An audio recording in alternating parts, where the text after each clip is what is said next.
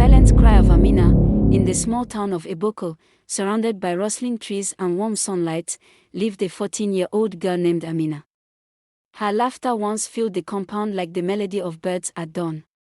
She was known for her intelligence and dreams of becoming a lawyer, just like her late father who had died in a car accident when she was just 9. Her mother, broken and lonely, remarried 2 years later to a man named Paul. He seemed kind.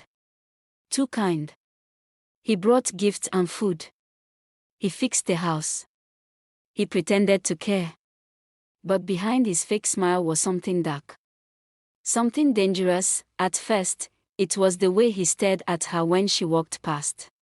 Then came the late-night knocks on her door when her mother was away at work. The first time it happened, Amina froze. She didn't know what to say. She couldn't even scream. She was only 12, she kept quiet. Paul whispered in her ear, "No one will believe you.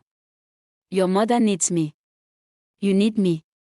If you speak, I'll leave and you'll be the reason your family suffers." And so, Amina lived in silent torment, day after day. Her grades dropped.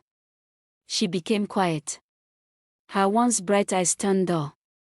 Her drawings, once full of color, now showed people with no faces and skies painted in black. But one day, her English teacher, Mrs. Kemi, asked her to stay behind after class. "Amina," she said gently, "I've been watching you. Something has changed. You don't have to tell me now. But when you're ready, I will listen. And I will believe you." That sentence was the key that unlocked the door Amina had kept shut for years. A week later, she wrote a letter. A long, tear-stained letter. Mrs. Kemi read it with shaking hands. She cried.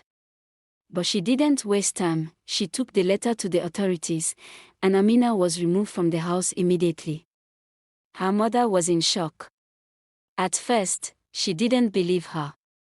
But the investigation proved it all. Paul was arrested. He cried in court, but his tears couldn't erase what he had done. His tears couldn't erase what he had done. Amina began therapy, and with time, she started to heal. She joined a foundation that supported girls who had suffered like her.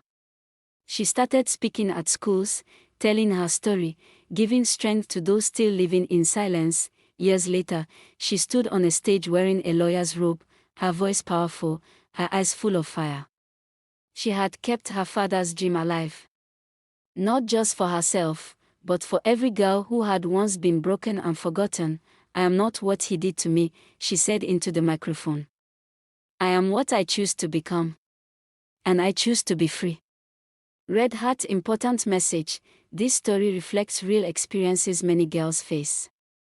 If you or anyone you know is facing abuse, please speak up. Tell someone you trust. You are not alone. You deserve to be safe.